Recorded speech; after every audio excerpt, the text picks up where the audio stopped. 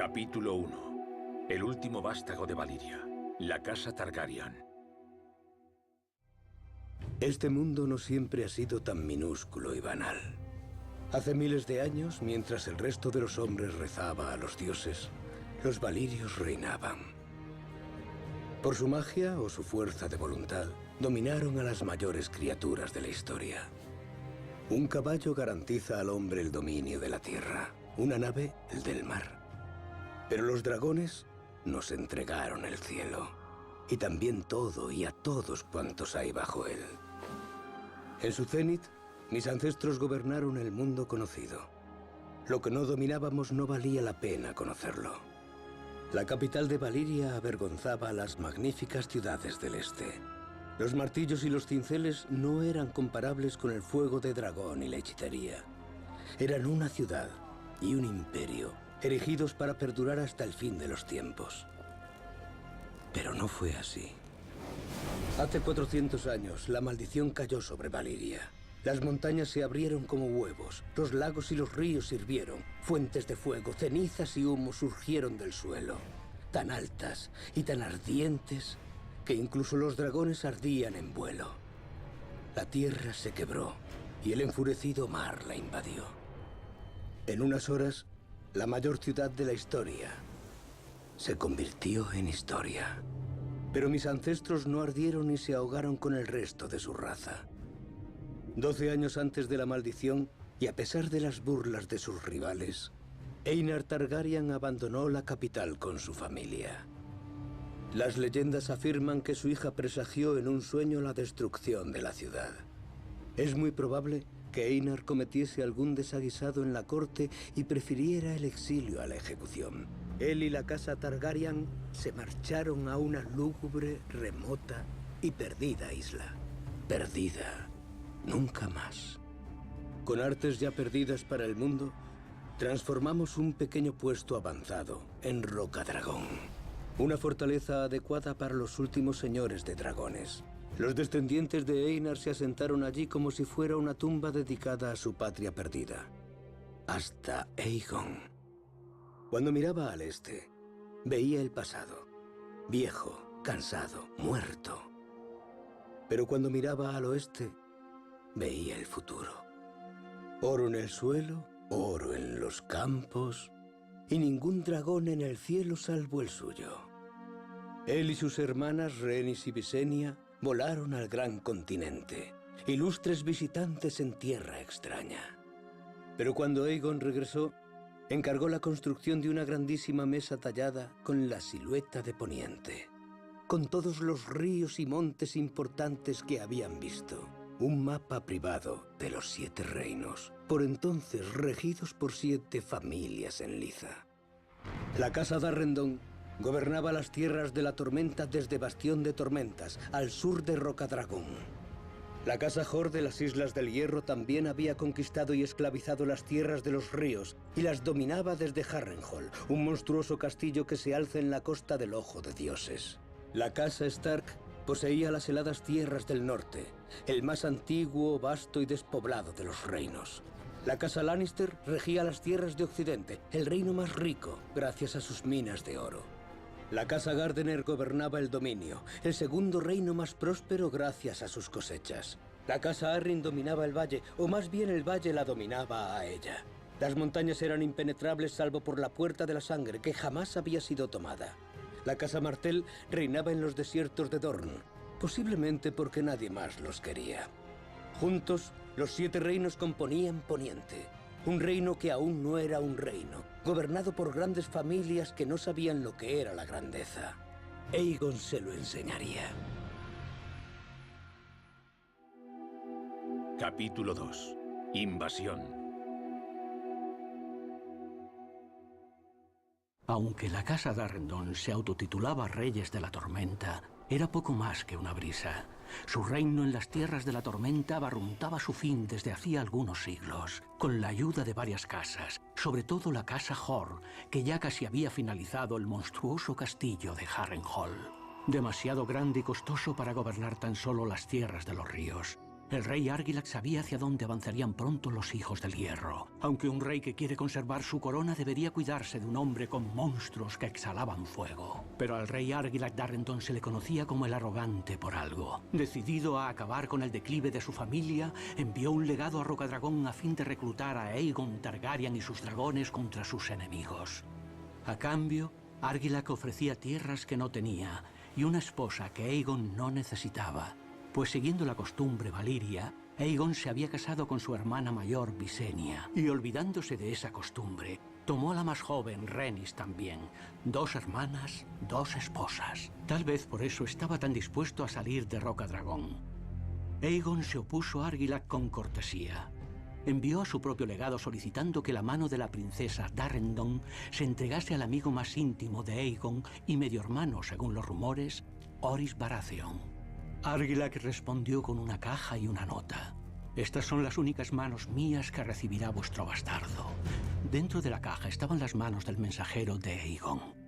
¿Cuánto tiempo llevaba Aegon esperando un pretexto así? Cuando su ejército se aprestaba a zarpar, envió cuervos a todo gran señor de los 7 reinos. Todos llevaban el mismo mensaje. Desde aquel día no habría sino un solo rey en Poniente.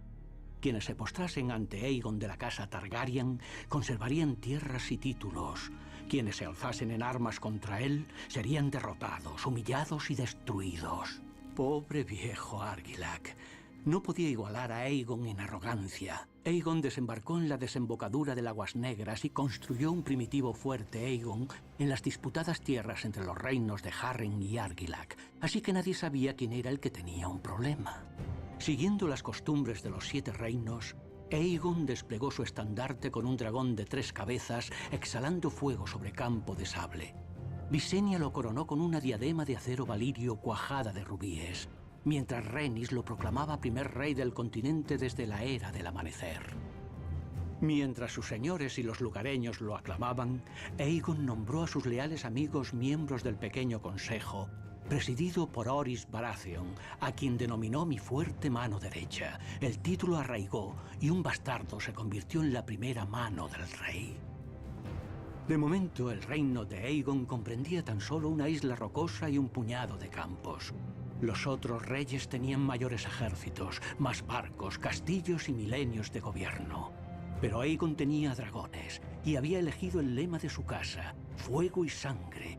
Antes de que acabaran, los ríos, los campos y los cielos se tornarían rojos. Capítulo 3. La Casa Hor. Reyes hijos del hierro de las tierras de los ríos. Harren, de la Casa Hor, heredó un reino que se extendía desde las Islas del Hierro al Tridente. Un reino demasiado grande para gobernarlo desde un castillo tan humilde como Pike. Durante 40 años saqueó las tierras de los ríos haciéndose con piedra, madera y esclavos para construir una morada digna de él. Según la leyenda, los alarifes colocaron la última piedra de Harrenhal, justo el día en que Aegon desembarcó en Poniente. Podría haber sido un augurio divino. Pero hasta los alarifes querían escapar de allí antes de que llegaran los dragones. Y no eran los únicos. Cuando Aegon se acercaba, los señores de las tierras de los ríos se revolucionaron encabezados por la casa Tully. Dudo que Harrenhal lo notase. Harrenhal podía repeler una armada de 1 millón de hombres. Ninguna escala podía someter sus murallas y ningún ariete podía hacerles mella. El castillo era más impenetrable que el coño de una solterona. Cerró sus puertas en torno a sí, sus hijos y sus hijos del hierro, y aguardó a que las huestes de Aegon se enfangasen en el lodo. Cuando Aegon por fin vio el monstruoso castillo, pidió parlamentar. Harren se lo concedió. Valiria había sido el mayor imperio que el mundo había visto. Harren quería mear en sus cenizas. Rendíos ahora, y seguiréis siendo señor de las Islas del Hierro. Rendíos ahora, y vuestros hijos vivirán para gobernar después. Veis mi ejército cercando vuestros muros, y veis a mis dragones. Lo que veo ante mis muros no me inquieta en absoluto. Esos muros son fuertes y gruesos. Los dragones vuelan. Pero las piedras no arden. Cuando el sol se ponga, vuestro linaje acabará. Harren escupió y regresó a su castillo. Una vez dentro, prometió tierras, riquezas y las hijas de Tali a quien consiguiese acabar con Aegon o con su dragón. Al ocultarse el sol en el horizonte, todos los hombres de Harren patrullaban por las almenas, oyendo aleteos a cada golpe de viento. Pero la luna se alzó y descendió, y no apareció ningún dragón. Mientras los hijos del hierro guardaban las almenas, Aegon condujo su dragón Valerion más y más alto en el cielo estrellado, tan alto que hasta el gran castillo de Harrenhal parecía un hormiguero. Luego se cernieron sobre el castillo, bien adentro de las murallas vigiladas. Las 5 torres de Harrenhal se alzaban hacia Aegon como una mano. Valerion abrió la boca y bañó todos los dedos en llamas. Harren tenía razón. La piedra no arde, pero los hombres sí. Aunque fueran hijos del hierro. El dragón transformó a mis ancestros en cenizas, que asfixiaban a los supervivientes cuando gritaban. Los soldados de Harren saltaron de las almenas y murieron. Se estrellaron contra las murallas y murieron. Huyeron a través del patio de armas y murieron.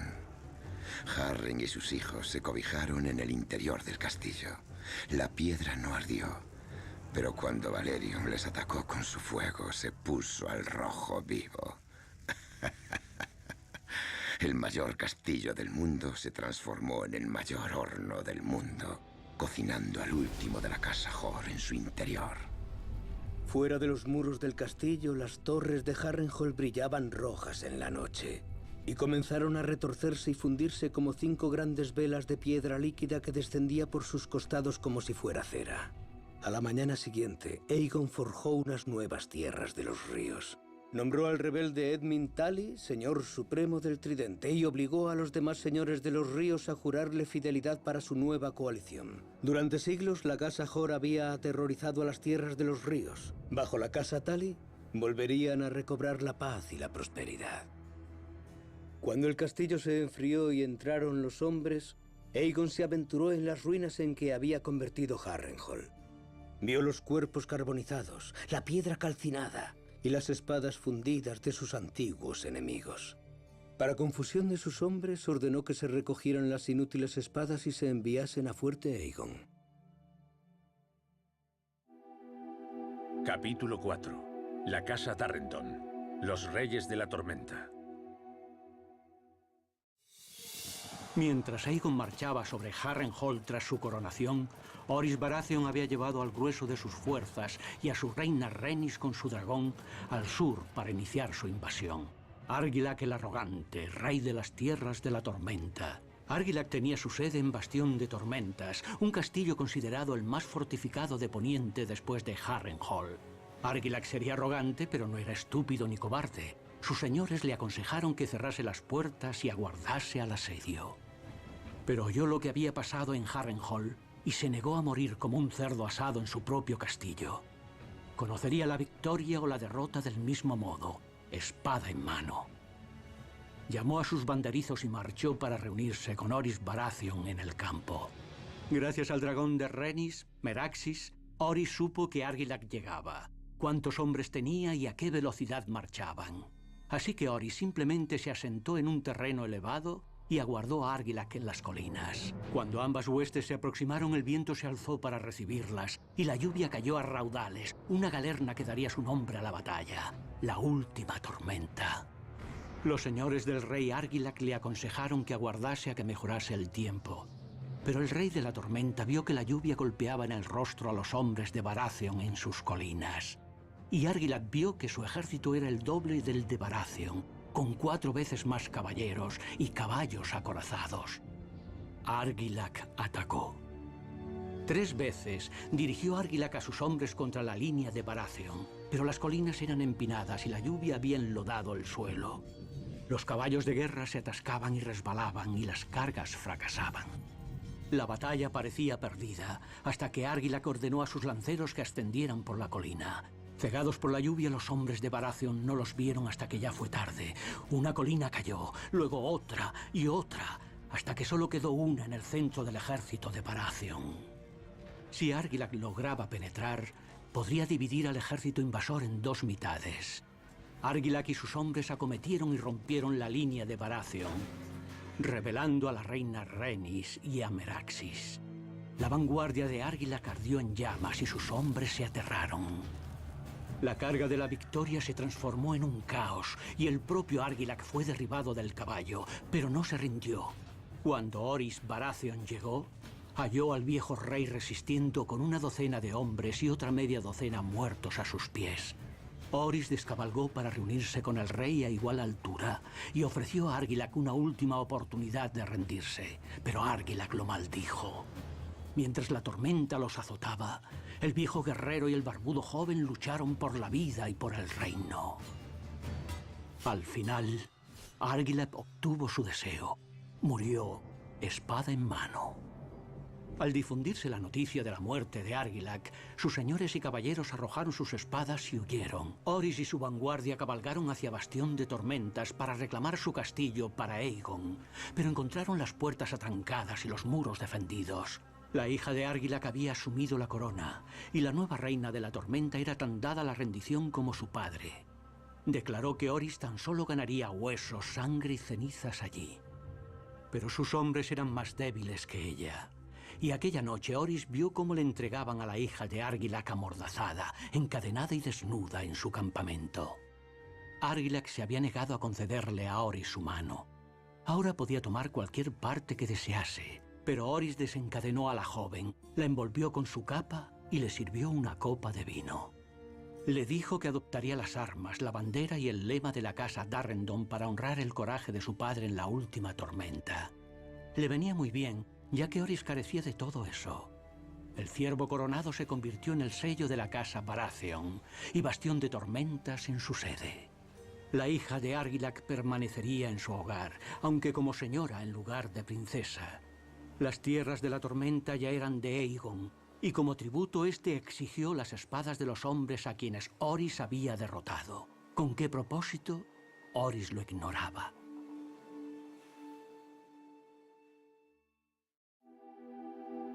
Capítulo 5. La casa Lannister, reyes de la Roca, y la casa Gardener, reyes del dominio. Aegon ya regía sobre 2 de los 7 reinos, pero constató que ya no podría hacerse con el resto. Por primera vez en miles de años, los reyes dejaron a un lado sus rencillas y unieron fuerzas contra un enemigo común. Mi antepasado, el rey Loren de la casa Lannister, encabezaba la familia más pudiente de los 7 reinos. Cuando el rey Loren unió sus fuerzas a las de Mern de la casa Gardener, rey del dominio, tenían el ejército más poderoso de la historia. Conocido como Puño de Hierro, quería derrotar al aspirante a conquistador. Aunque un puño de hierro puede partirle la cara a un hombre en batalla, quedarías como un tonto cazando pájaros o bestias con él. Y Aegon tenía una criatura que era ambas cosas. Los reyes jamás habían visto un dragón ni luchado con uno. Habían combatido entre sí durante miles de años, y la victoria siempre había sido para el que tenía mayor ejército. Seguro que un ejército que quintuplicaba al de Aegon podía lidiar con un dragón. Pero Aegon llegó con 3. Aún así, los Lannister y los Gardener esperaban vencer. El campo de batalla que eligieron era una llanura de tierra firme y claros cielos, perfecto para los arqueros y la caballería. Pero ninguno de los reyes había pensado por qué el suelo era firme. No había llovido en una quincena, así que el trigo y los hierbajos estaban secos. Perfecto para los dragones. Al principio, los reyes creían que se alzarían con la victoria. Cuando sonó el cuerno, sus huestes envolvieron los flancos de Aegon y su puño de hierro de caballeros montados penetró por el centro antes de que los dragones pudieran darse cuenta. Pero entonces, Aegon y sus hermanas alzaron el vuelo y dirigieron sus dragones no a los soldados, sino a los campos secos que los rodeaban. El puño de hierro se abrió y se convirtió en una mano que se extendía pidiendo clemencia. Como Aegon prometió, no obtuvo ninguna. Más de 4.000 hombres murieron abrasados y otros 1.000 mientras huían del fuego. Decenas de miles regresaron a casa como monstruos, quemados, irreconocibles por las cicatrices. La casa Gardener jamás regresó. El campo de fuego, como los juglares lo llaman, se llevó al último del linaje Gardener, y la casa Tyrell floreció en sus tierras como señores del dominio y guardianes del sur. En cuanto a mi ilustre ancestro, Cuando el rey Loren vio la batalla perdida, cabalgó atravesando un muro de llamas y humo para salvarse, o al menos para ser capturado heroicamente al día siguiente, cuando arrojó su espada ante Aegon y se prosternó. Aegon, fiel a su palabra, lo perdonó y confirmó a la casa Lannister como señores de Roca Casterly y guardianes del oeste. ¿Por qué no? Un Lannister siempre paga sus deudas. Y ahora debíamos nuestra vida a la corona. Eso, al menos, hizo que valieran la pena siglos de servicio. Además, Aegon tenía la manía de coleccionar espadas, no cabezas. Añadió la de Loren a la pila que sus hombres habían recuperado del campo de fuego y las envió al fuerte Aegon.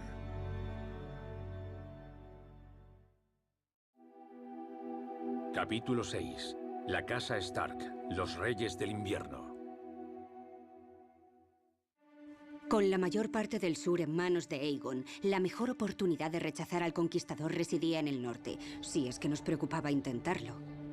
A diferencia de nuestros rivales sureños, los Stark, Reyes del Invierno, no forjaron el norte como reino de gloria o de oro. Hay poco de eso por aquí, sino para sobrevivir. Solo en Poniente, el norte recordaba cuándo algo peor que los dragones devastó sus ejércitos. Hace miles de años el sol se puso en el reino de los hombres y comenzó la larga noche. Una nueva raza emergió del hielo y la nieve, los caminantes blancos. No exigían una corona, no ofrecían términos, no perdonaban la vida a nadie y los muertos marchaban con ellos. Con la humanidad enfrentada a la extinción, un Stark recurrió a los hijos del bosque, los seres más antiguos de Poniente, y los convenció para aliarse con los hombres a los que en otro tiempo combatieran. Juntos rechazaron a los caminantes hasta las tierras del eterno invierno y los aislaron de los 7 reinos con el muro. 100 leguas de hielo, piedra y tierra ascendiendo hasta superar los 500 codos de altura.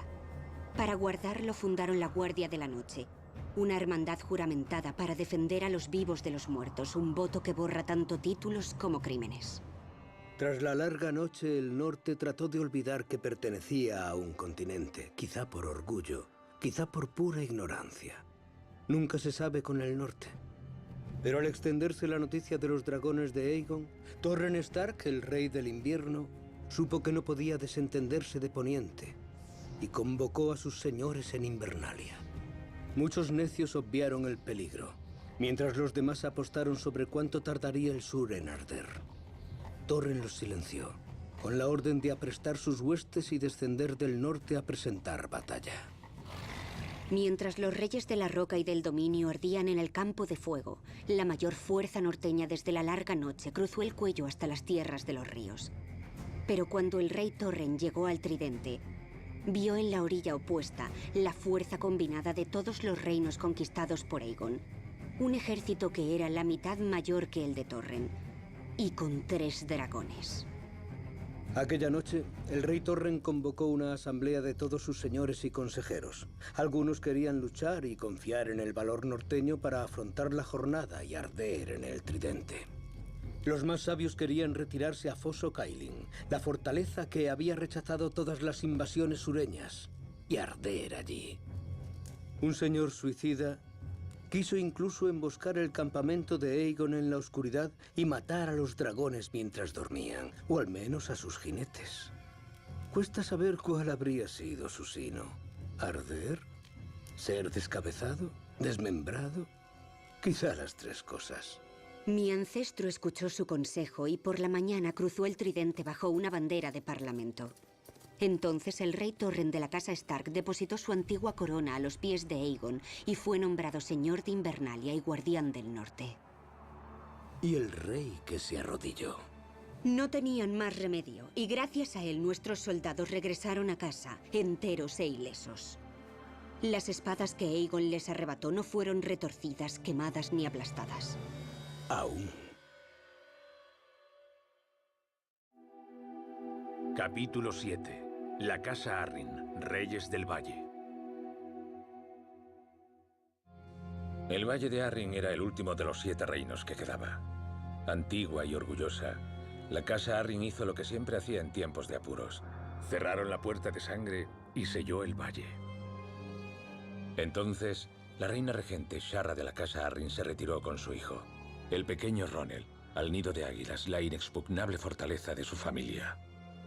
Desde la cima de la montaña podían divisar con claridad todo Poniente, con sus problemas ocultos bajo las nubes.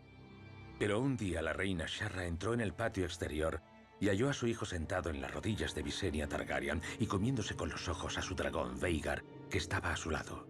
Como si pidiese otro trozo de tarta en la cena, el pequeño rey preguntó a su madre si podía ir a volar en el dragón de aquella dama tan simpática. Visenya sonrió a Sharra. Y lo mismo hizo Vhagar.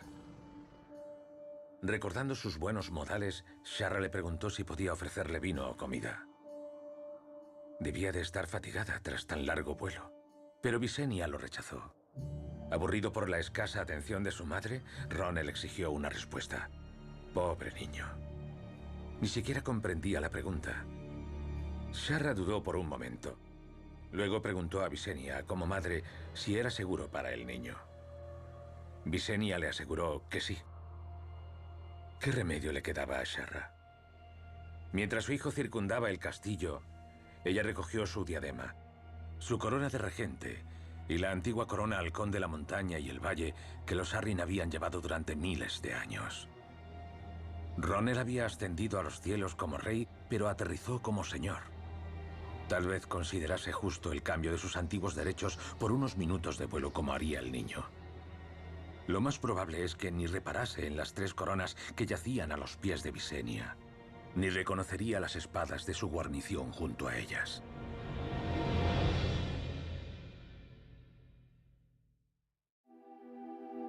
Capítulo 8. Aegon, primero de su nombre.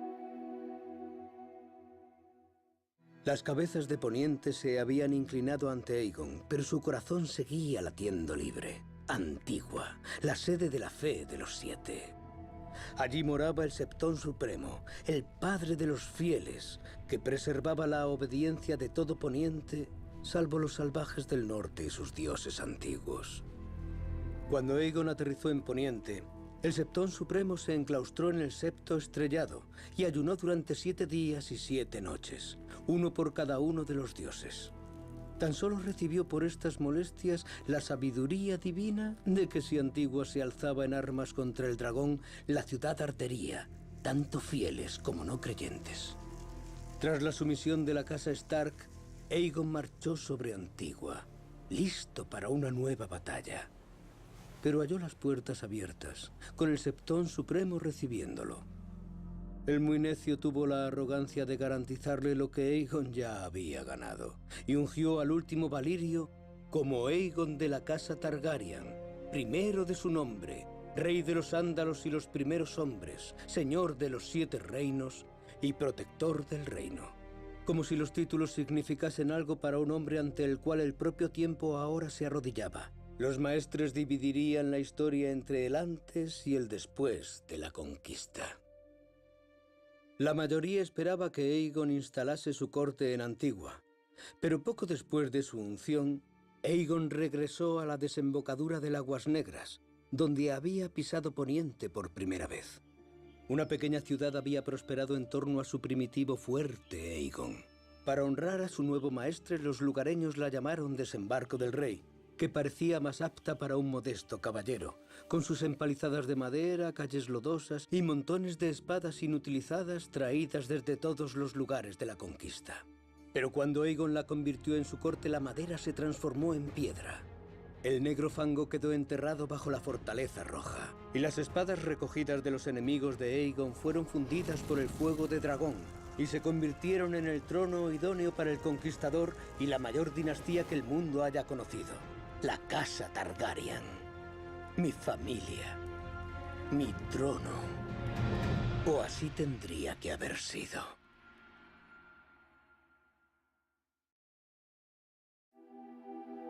Capítulo 9. La casa Martell, princesa de Dorne. Pero mientras que Aegon se autotitulaba señor de los 7 reinos, en realidad tan solo dominaba 6. El 7º, Dorne, jamás se había postrado.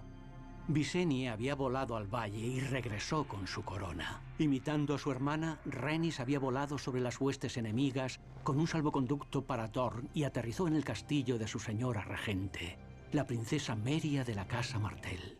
Meria tenía 80 años. Era gorda, calva y ciega. A sus espaldas, muchos se mofaban de ella llamándola el sapo amarillo de Dorn.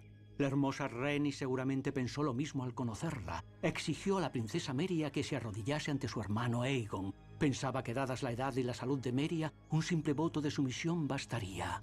Pero la princesa dijo a la reina que los Targaryen no eran queridos en Dorn, y que ningún Martell se arrodillaría ni sometería en modo alguno por más que lo quemasen.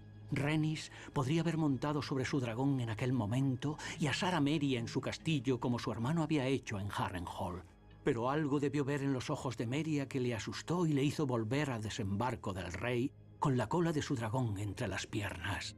Tras la coronación de Aegon, Rhaenys regresó a Dorne con Aegon y Visenya y sus dragones. Pero ningún ejército los recibió en el campo y ningún señor los desafió en su castillo. Al aproximarse los dragones, Dorne sencillamente se vació. La casa Martell había sabido de Harrenhal y del Campo de Fuego. Los dragones eran imbatibles en batalla, pero las guerras eran algo más que batallas. Sin oposición, Aegon reivindicó Dorne. Pero en cuanto regresó a desembarco del rey, sus soldados fueron arrojados desde las torres y su guarnición real desapareció en el desierto para no ser vista nunca jamás. Salvo, tal vez, cuando los vientos cambian y las arenas escupen viejos huesos y piezas de armadura. Rhaenys regresó a lomos de Meraxis con la única intención de vengarse de Meria Martell. Pero Dorne ya no estaba vacía. Los dornienses mantuvieron la promesa de Meria y lucharon incluso ardiendo bajo el fuego de dragón. Y vencieron. Un día el venablo de una ballesta se clavó en un ojo de Meraxis y derribó al dragón del cielo. La casa Martell continuó ilesa, a diferencia de la infortunada Rhaenys. En su rabia, Aegon y Visenya prendieron fuego a cada castillo y a cada ciudad salvo Lanza del Sol, tratando de volver al pueblo contra la casa Martell. Pero los dornienses permanecieron leales, y cuando Aegon regresó a desembarco del rey, halló asesinos aguardándole en las calles de su propia capital. De no ser por Visenya, el conquistador no habría gozado de su conquista mucho tiempo. Desde entonces, el rey y su familia serían protegidos por los 7 mayores caballeros del reino, la Guardia Real. Cuando Meria murió durmiendo, su débil y fatigado hijo pidió la paz. Pero la vieja Meria había agotado a Aegon también, y este concedió la propuesta. Los Targaryen aún querían Dorne, y al final lo habrían ganado, pero no a punta de espada. Lo comprarían como los grandes señores compran cualquier cosa, con una hija. Capítulo 10. Los últimos dragones. Tras la conquista, cuando los hombres miraban al cielo, veían dragones. Los nobles aprendieron a mantener la mirada gacha, pero los dioses no estaban por la labor de compartir los cielos.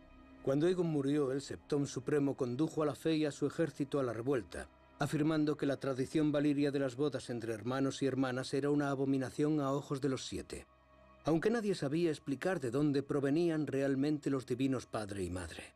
Mi ancestro, Maegor el Sabio, o Maegor el Cruel, como los hombres lo vituperaban, puso precio a la cabeza de cada sacerdote militante, y milagrosamente, la fe pronto regresó a los septos.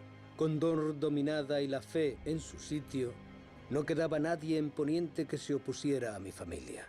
Así que empezamos a oponernos entre nosotros. En la danza de dragones, una princesa Targaryen intentó arrebatar el trono a su hermano.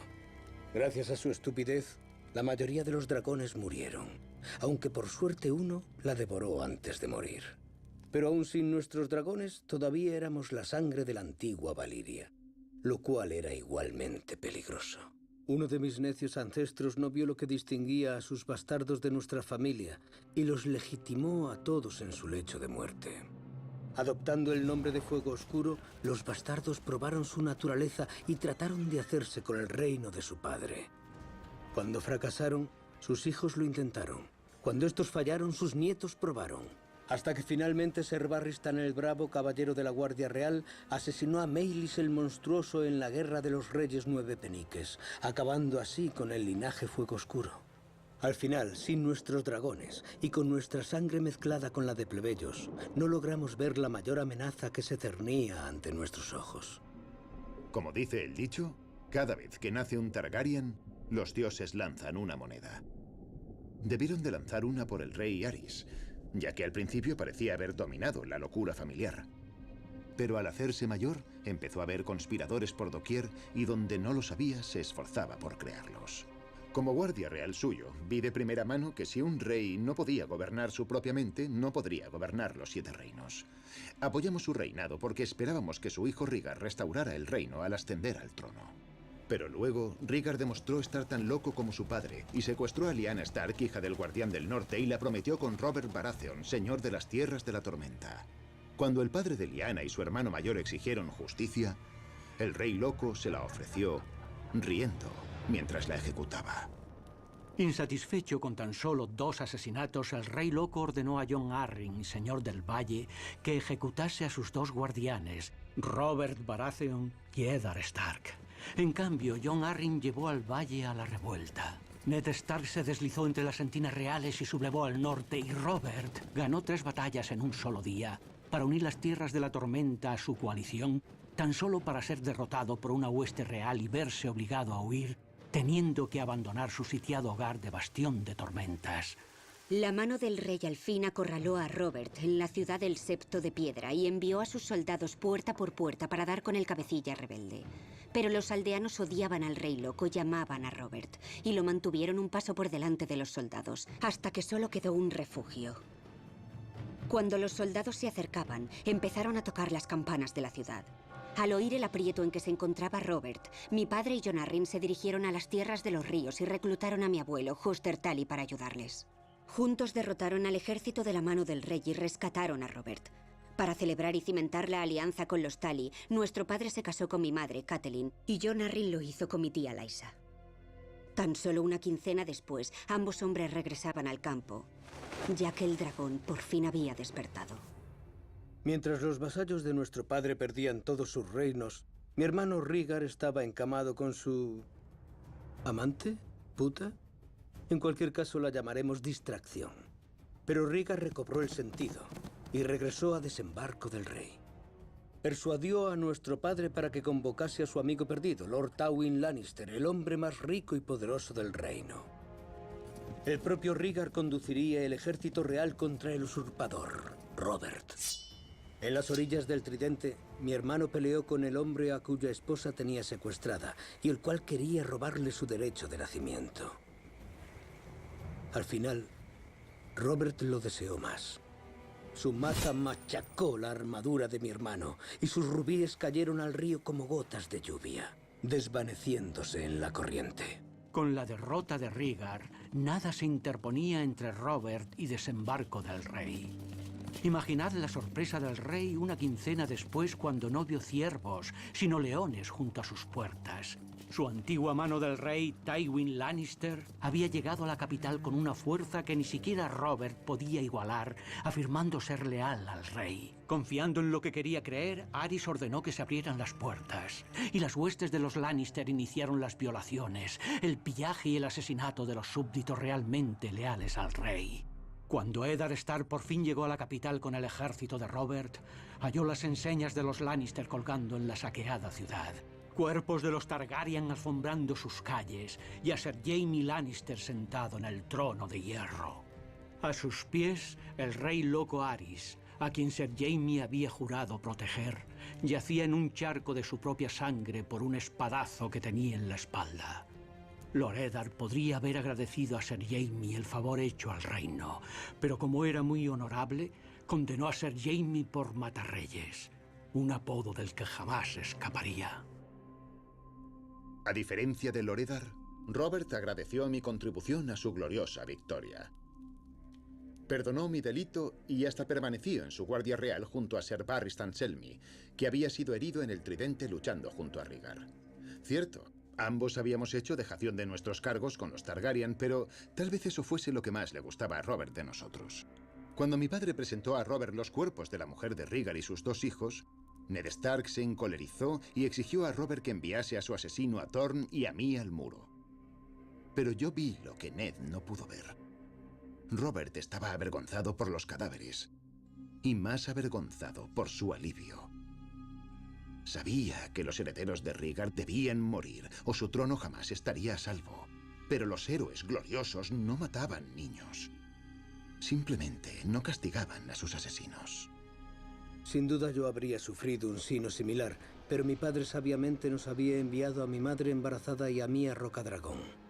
Cuando el usurpador envió a sus hombres a matarnos a mí y a mi recién nacida hermana para proteger su trono robado, un caballero leal nos sacó de allí atravesando el mar angosto hasta Pentos. Y así los últimos dragones de Valiria, herederos de la mayor dinastía de la mayor civilización que el mundo haya conocido, durmieron en cloacas y se alimentaron de sobras en callejas, un paso por delante de los puñales del usurpador y un paso por detrás de los susurros de su capitán de los espías, Varys. Pero no huiremos siempre. Algún día regresaré a mis reinos al frente de un ejército.